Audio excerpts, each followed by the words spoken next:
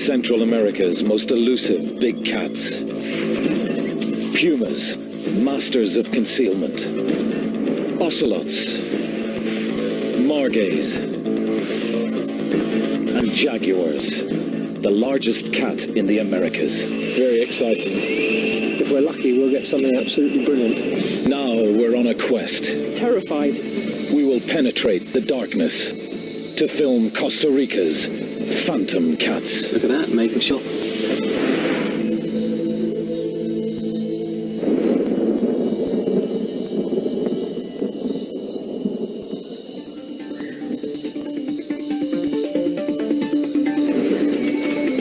We've assembled a crack team, and we're hot on the trail of the forest predators.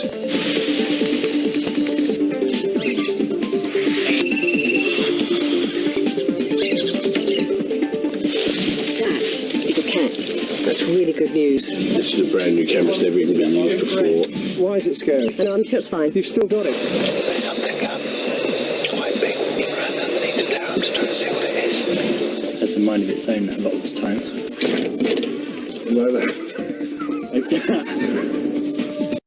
The cats in this forest, we need to find their prey at the source.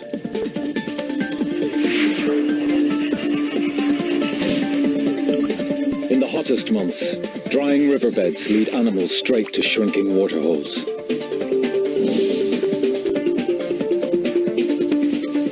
To drink, animals must gamble with their lives. The cats just need to lie in ambush.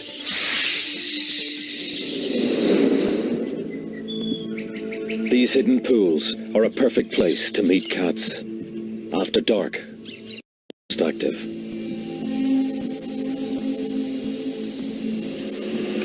Okay, start this. Our arsenal of cameras gives us the ability to see through the night.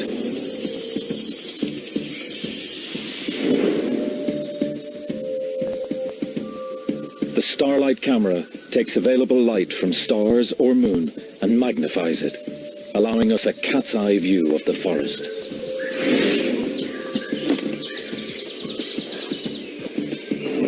Motion-triggered camera traps silently monitor the game trails using invisible light.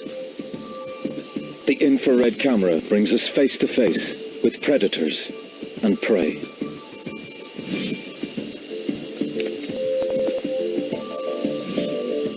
Warm-blooded mammals can't hide from our thermal camera.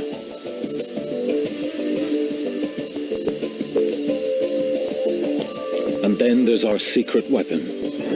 A cable 18 meters above the forest floor, silently carrying remote cameras to the action.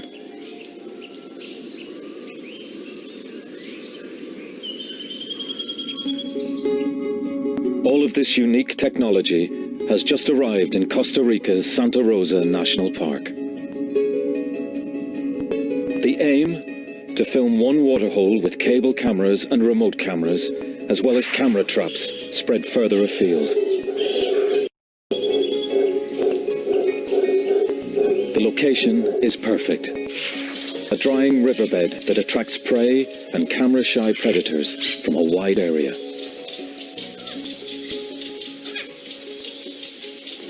But it's a very ambitious plan. Nothing quite like this has ever been attempted before.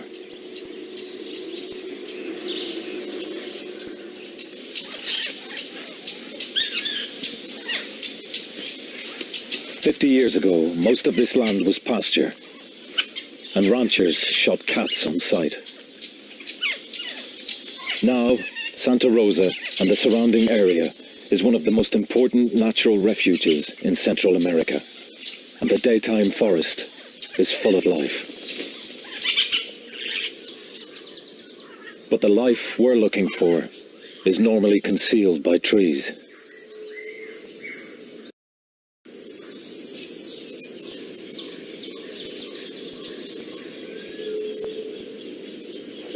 Four months previously, the river flows, and Santa Rosa is a very different place.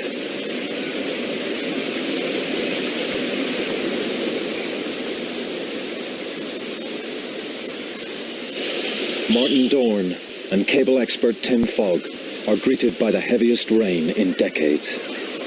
The river is much higher than usual, so just getting around is a challenge.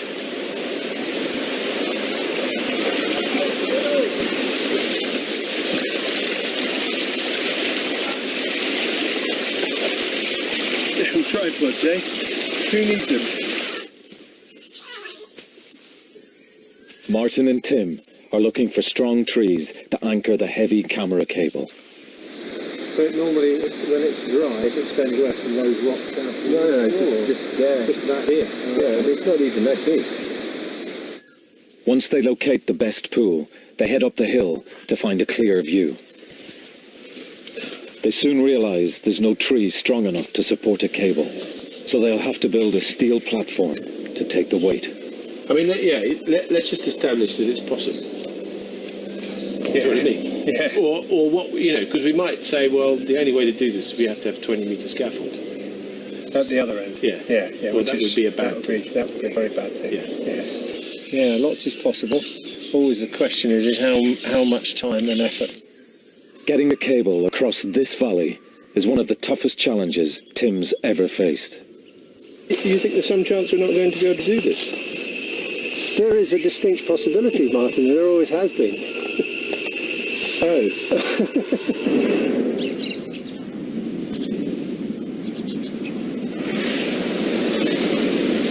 The dry season winds drive water out of the forest.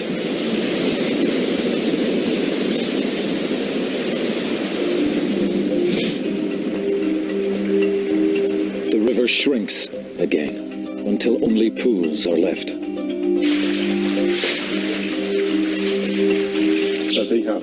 Oh, yeah. When they are Jaguar scientist Eduardo Carrillo has studied cats here for 25 years. He guides us to the most likely filming sites. In 10, 20 years, a lot of... He knows the cats are here through his pioneering use of camera traps.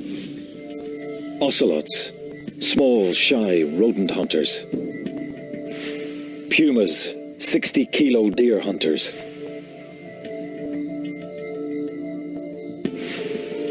And jaguars, the biggest cat in the Western Hemisphere, yet one of the hardest to see. Is that this waterfall here? The team are ready. Martin begins their hunt, scouting for any signs of cat activity. A remote camera here for a couple of days, and we did see an ocelot. For me, well, let's...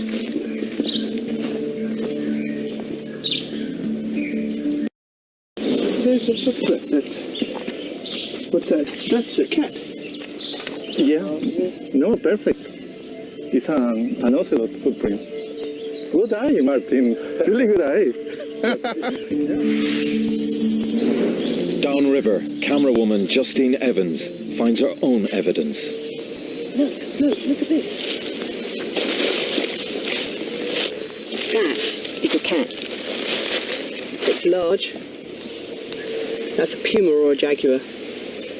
That's really good news, because we've got about 4 different pools here to choose from, all within a kilometre stretch, and to see some evidence of a big cat coming into this particular pool is a really good sign.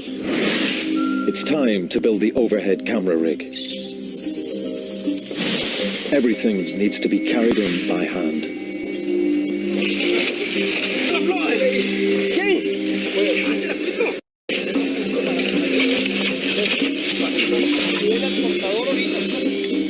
A 7-metre-high platform will anchor the cables and serve as a control centre for the remote cameras in the valley.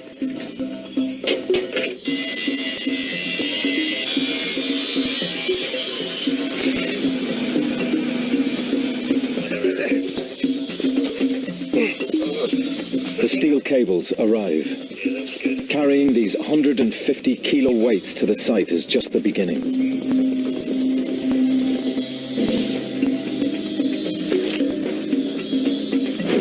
Stretching them 350 metres across the valley will test the entire team.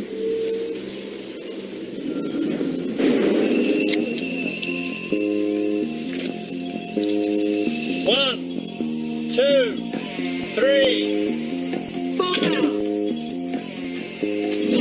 Crossbows shoot thin line over the trees, but only 100 meters at a time. Yeah, I can see it. I just paused up again. This is just getting worse and worse, really.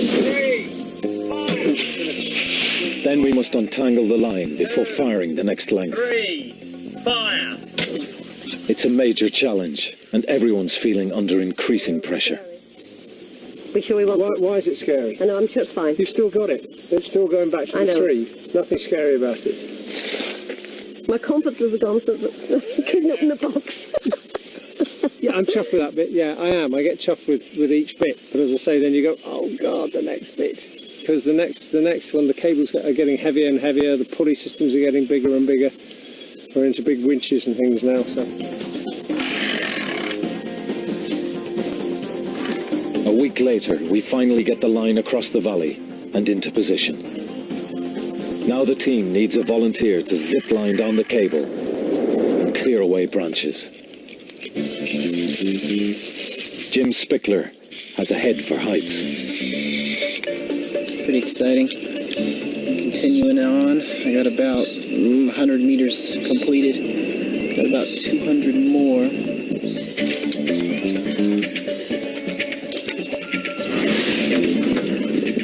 Pretty excited right now.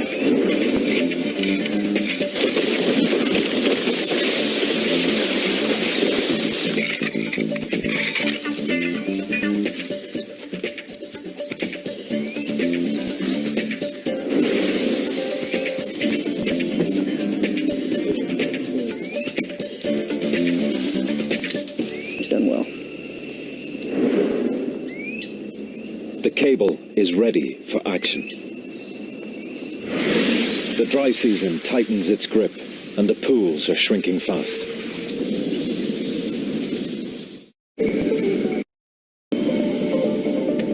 It's time to break out our special filming equipment.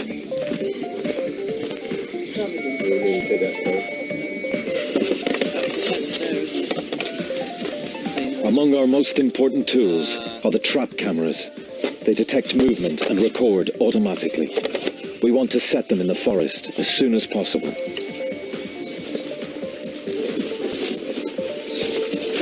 Cameraman Nick Turner has worked in this difficult location before. He has some good ideas for places to set camera traps.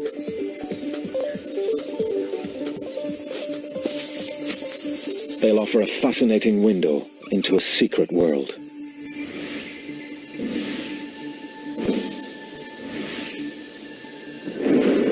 We'll also need to rig remote control cameras to track and film our targets from the tower.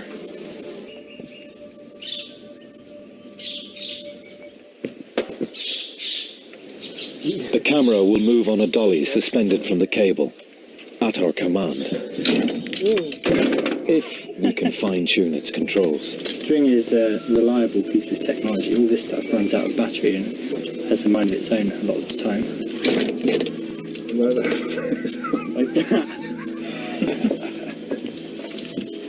At the moment, cable dolly goes its first. So how do you... I'm just going to turn the power on. You got control? I'm not really happy with that. well, I'd be a little fillet. I'm not sure I'm not going to be able to run this through my hand.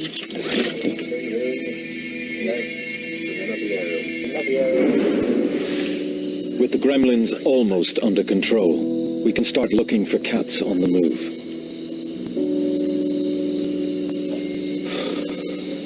The first 48 hours of scanning prove how elusive the cats are. But we know they are near. Then we have a lucky break.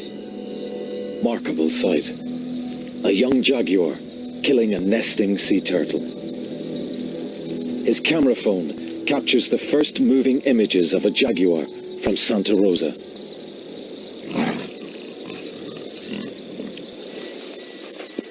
The next morning, Justine visits Luis to gather clues about the jaguar's movements. Hi, Luis. Hi, nice to meet you, Justin. Luis thinks the jaguars travel between hills inland and the beach. He's And one of the best routes is along our riverbed. Oh, great. Turtles come ashore to lay their eggs under cover of darkness. And sometimes, a jaguar is waiting. It uses powerful jaws to puncture the turtle's skull, killing it quickly. Louise takes Justine to the area. If the jaguar returns, a trap cam will be waiting. Once the lid's closed, we can leave it running for 2 months. Back at the tower, news is good. Got your camera running? Yes. The dolly's working well now, and there's no wind. At least we've got a camera in position, so if anything does happen, we can see it. As darkness falls, the night shift prepares for another mission, making sure everything is safe and secure. Okay, let's go with that. We need to level the head as well. If it fell off the cable, the first thing that would take the full weight of all this on the top, the 2 cameras on the bottom, there'd be probably about 50,000 quid's worth of stuff, mate.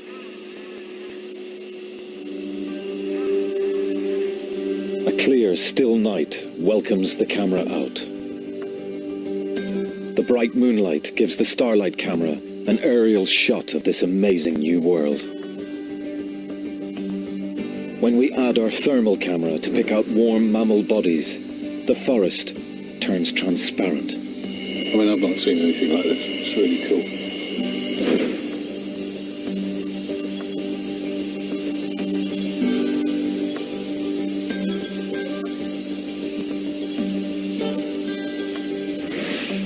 Stop there. It looked like something moving in the trees.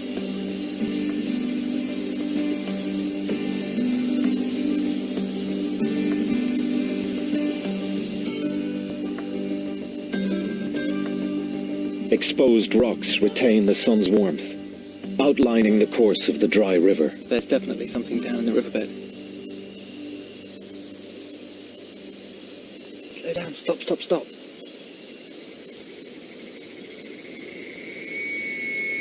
There's a deer drinking by the pool. But there's a problem. Our control hardware is overheating. We need to keep the computers open to cooling air. It's biscuit time. We found out that the optimum space that the laptop needs to be open is exactly the same as the packet of biscuits that we get. So it's time to wedge a pack in the laptop. The fortune of the project now depends on a pack of cookies.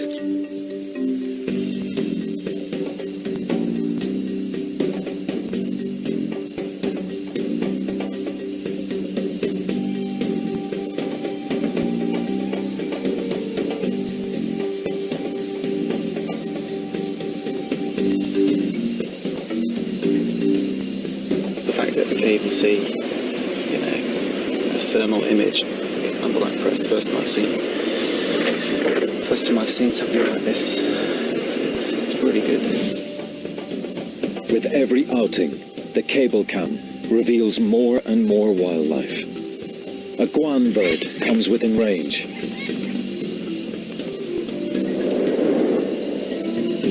We capture an elusive tree porcupine creeping through the branches.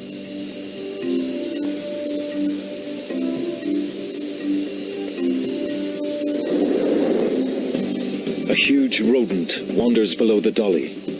It's a paca, a very rare creature in Santa Rosa.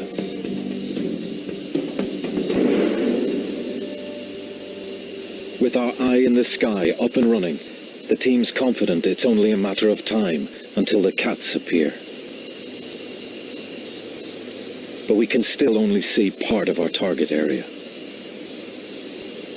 We plan to set more remote cameras on the forest floor to cover other angles. Something moving in the trees. Stop there.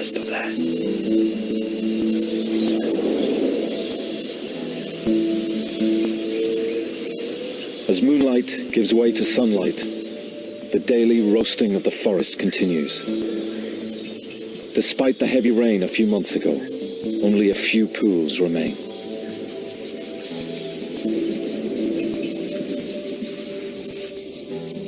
It's now 40 degrees in the shade, and the monkeys are feeling the heat.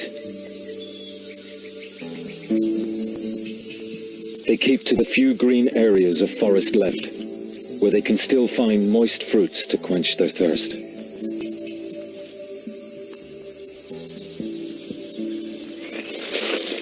Down on the forest floor, the dry leaves are now as crisp as potato chips. The cats are more likely to use our riverbed for silent stealth. It's the perfect time, but there are problems with the remote cameras.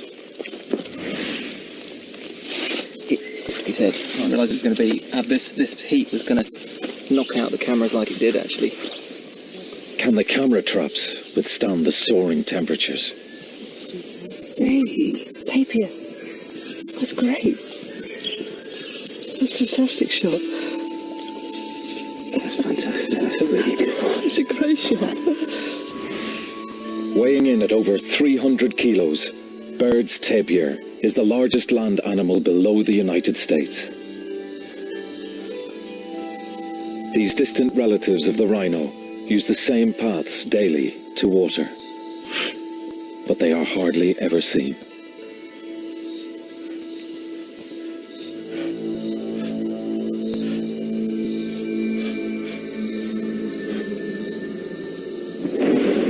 Oh, it's loads of them. 3 deer. Excellent. Oh, good. Nice to get more watery stuff, won't it? Yeah, I probably should have planned it right. But I think we should do what you said, which is point the camera at the pool. Unexpected creatures reveal themselves. Coyotes and a family of raccoons.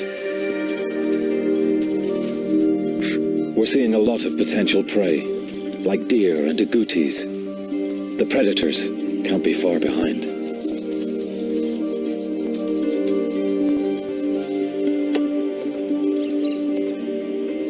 Oh my god! It's a puma! It's like there's no doubting that shot. There it is. It's our first cat. The most widespread cat in all the Americas. The puma.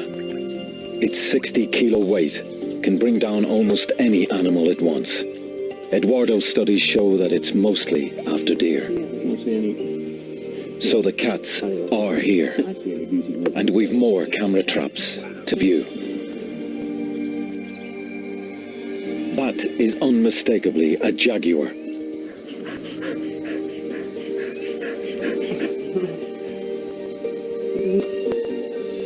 Another incredible image, up close and very personal. Jaguars roam great distances, but they tend to remain in one area for a week or so. Which means there's a good chance we'll see this cat again. Now that is a cat. That's that is a proper cat. Howard put this one in. Later that night, we mount the starlight and thermal cameras on the cable.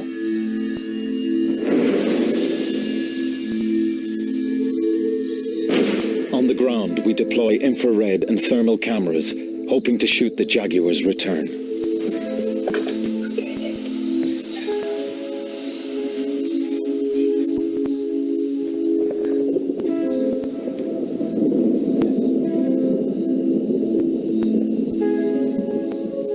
Within minutes, the thermal camera locks onto a moving heat source. Stop that, stop that. I think it's a deer. That's a deer. What's it doing? It's eating.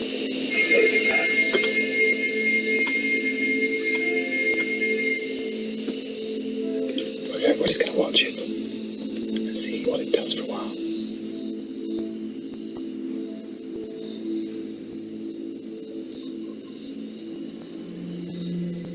The deer looks like it's coming for a drink. The perfect moment to attract a predator.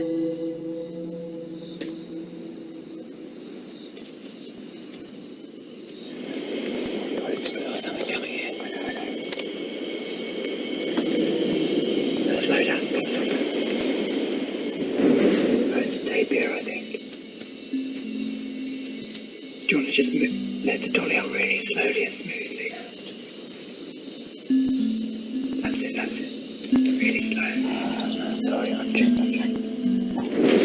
This is a unique moment. Up till now, wild tapirs are practically unfilmed. They're too secretive. And here, we have a female tapir, completely unaware of cameras, beaming her live image back to the tower.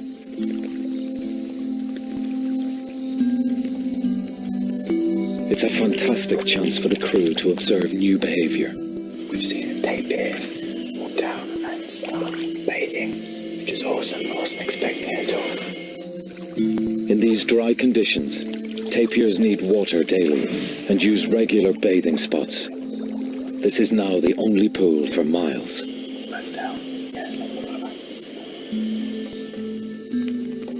Soon, a second tapir appears. A male. The two seem cautious.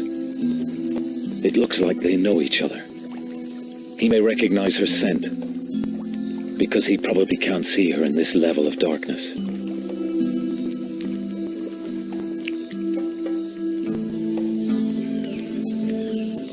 Our infrared and thermal cameras give us an intimate view of one of Costa Rica's most mysterious creatures. Their gentleness hides a different nature.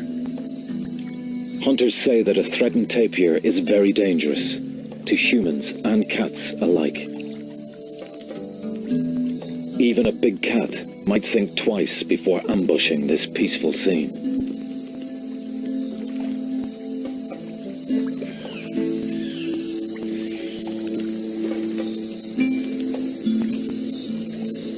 First time I've seen something like this. It's really good.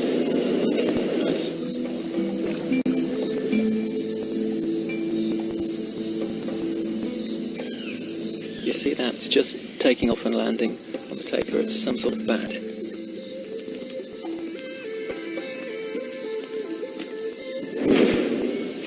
That can only be a vampire. It's drinking blood.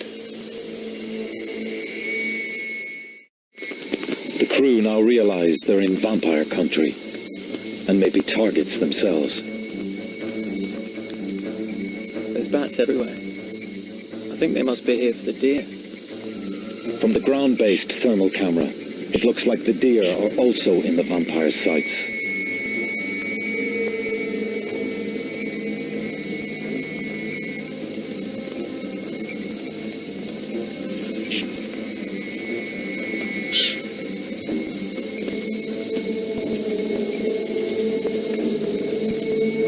Once they've landed, the bats use their own heat-detecting sensors to home in on their warm-blooded meals.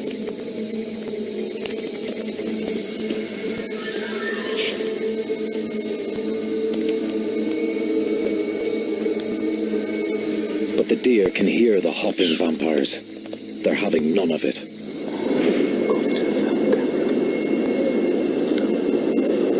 On the remote camera, Nick notices a mysterious shape glowing in the bushes.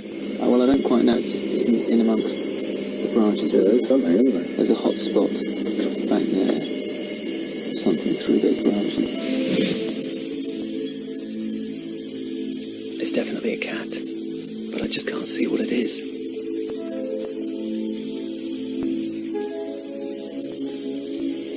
I work out what's that.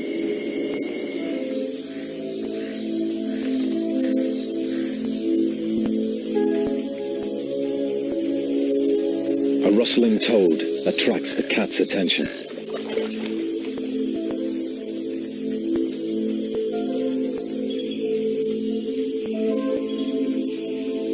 think it's just checking out the pool.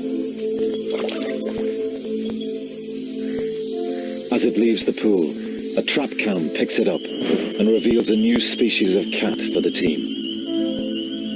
It's a male ocelot patrolling his territory. They prey on rodents, even monkeys, but stay well hidden when the big cats are around. It's a fantastic sighting for the crew. Another mystery cat of Santa Rosa. So it looks like we've got a cat. We're on a high. Then, disaster strikes. That's really dramatic news from Nick that the cable, one of the cables has collapsed. The overhead cable let go of its moorings, plunging our cameras and dolly 6 meters into the trees below. The cameras could be destroyed. We'll have to release tension. But it could have been worse. This was the cable that Jim was climbing on only a few hours ago. And, it could have come down. I mean, he wouldn't have... Like a vampire, the Starlight camera's light-sensitive lens will burn out at sunrise. It's just going to climb, or do you think we should just try and get the angle of this right? I'm going to pull it back and just try and re-engage it by rolling it down the hill. No, they don't need ropes. They don't need ropes. The team must send someone up into the canopy to rescue the stranded camera. The rig survived the initial impact, but if the cable collapses further, the project will be over. I think after this, take the camera off and lower it down. The dolly is stuck. The knots come apart. As night turns to dawn, the crew face one of their greatest challenges. Could you just gently pull just put tension on it, just gently pull it. We just want to see what happens now. Down towards the end. Yeah, it's never going to get to the end of the friction. To get the dolly down, we'll have to dismantle it in mid-air, a piece at a time. You need more tension, more slack up there. Try and get to the end of the strip. So that's entirely unfair. It's subjective. I believe... The process is painstaking and dangerous. Unfortunately, the pulley's going to be on top of me as well. By early morning, the last sections are safe, but it's a mess, and it'll take a couple of days at least to put it all back together.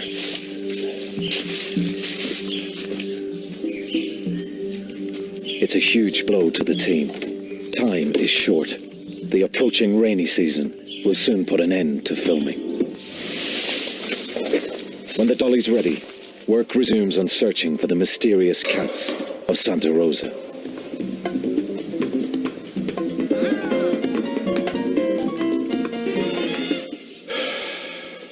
this is tremendous fun.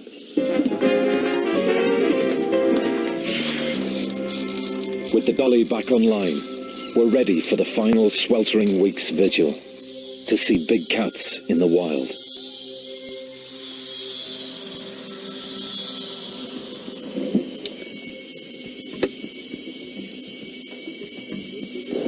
Turn it clockwise.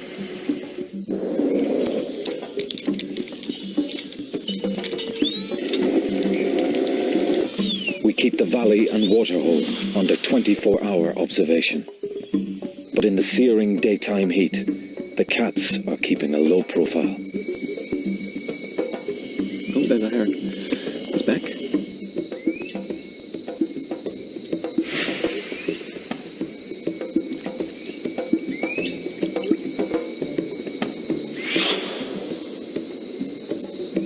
We are seeing so much prey, our chances of spotting a jaguar are increasing.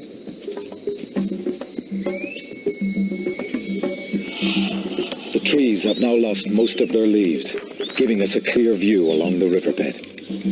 Taking one off. Okay, right. We'll go further that. Yeah. Our window of opportunity is finally open. Say when. The temperatures reach 45 degrees in the shade. If animals want to drink, they must come here.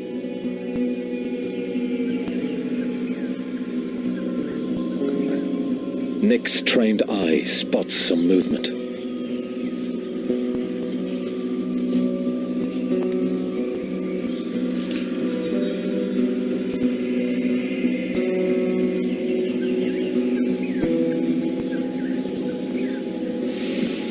It's a puma, right by the waterhole. It's looking over towards the waterhole.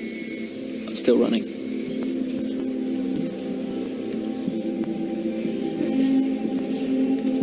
She's up. Keep it steady, Howard. A mother and fawn are drinking just 200 meters from the puma.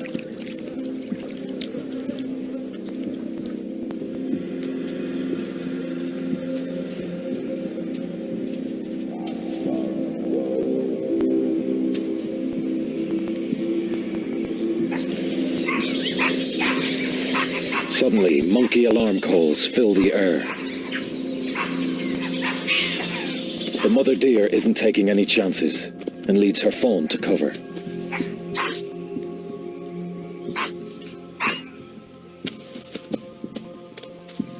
In daylight, these sharp-eyed capuchins can spot predators in the distance.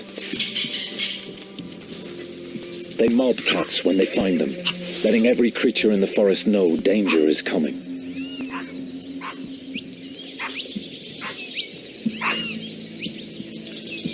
These alarm calls are one good reason why cats prefer the night.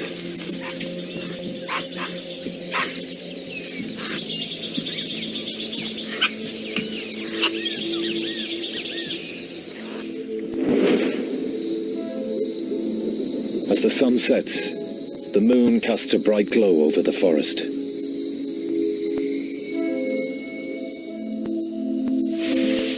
Up in the tower, the crew prepare the starlight camera. In such bright moonlight, conditions are perfect for spying on the riverbed.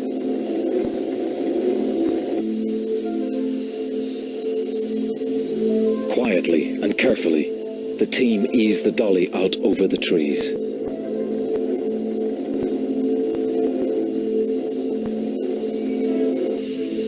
That's about 200 meters. Could be much younger.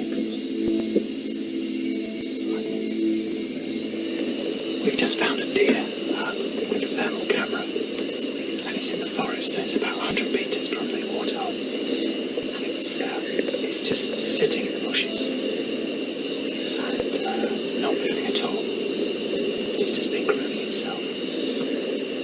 It's very dark at night, so I wonder if it's just it's a strategy for surviving a dark night, just to sit still in a thick bush and not move. Creeping through the forest, this deer could be taking a chance.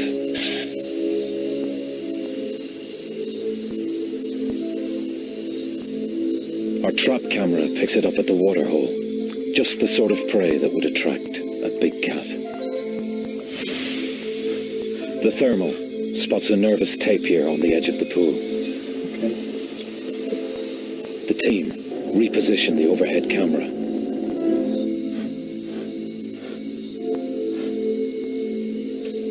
Something unseen startles the tapir. Just run at something there, just turn it around. Not far, keep coming. On the overhead camera, Nick picks up a new heat source. There's something coming in. It's not a deer. It might be a cat. I don't think it's an ocelot.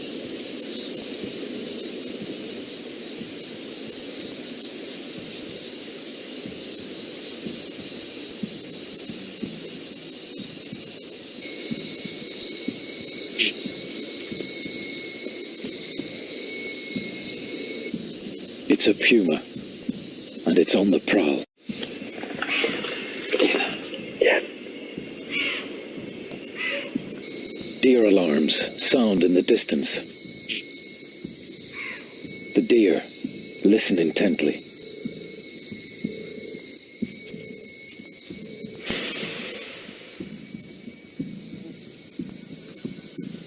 I think it's closer to the mouse or a rat or something.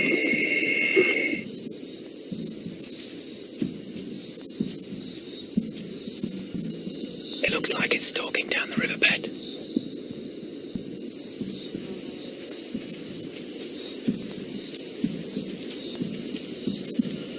See that? It's just taking tiny little steps. It's getting closer.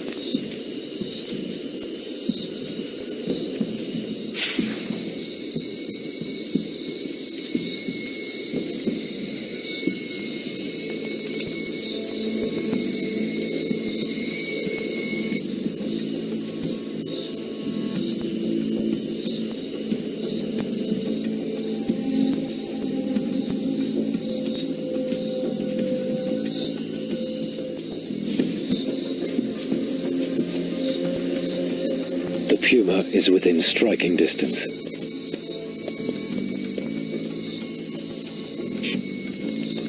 The deer freeze. If they bolt now, the cat will be on them in seconds.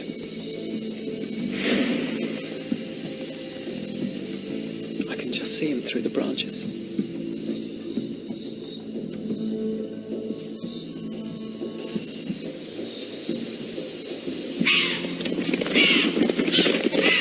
But the moonlight gives the cat away. The game's up, and the puma slinks off.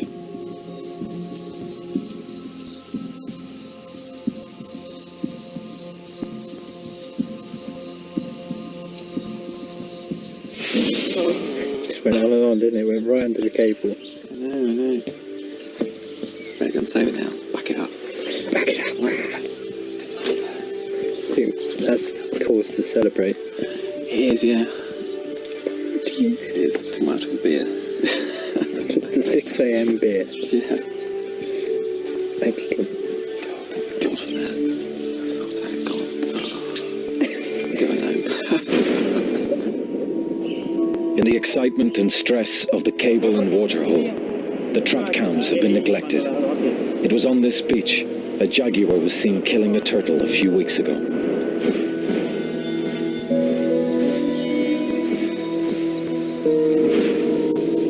Nick rushes back to camp with some good news.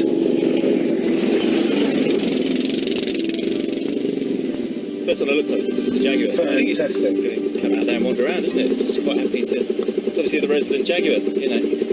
What, male or female? The trap cams have recorded more jaguars. That's it, we've got a jaguar. There's a jaguar there, yeah. I'm not going to high-five you because I said...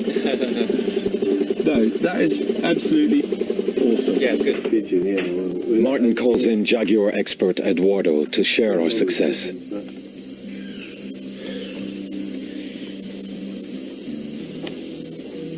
That's beautiful. It's a jaguar. 100 kilos of big male, sharpening his claws and scent marking his territory. That's beautiful. Beautiful, just beautiful. The trap cam near the beach reveals an extraordinary scene. Another male finishes his turtle dinner. I mean, that's It's a beautiful animal, huh? beautiful. So you reckon that's what sort of age is that cat, do you think? I think it's let me see, it's an adult. Yeah. Not even our invisible infrared flashes can disturb its meal. Oh, it's really nice. Beautiful. She's beautiful, huh? Very in perfect condition. Yeah. This is an incredible result. Images of jaguars in the wild are extremely rare. Our night vision technology has led us into the mysterious world of these forest cats and revealed them as never before.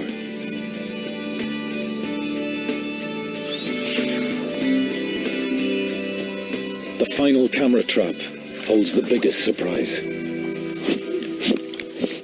The ultimate jaguar ambush.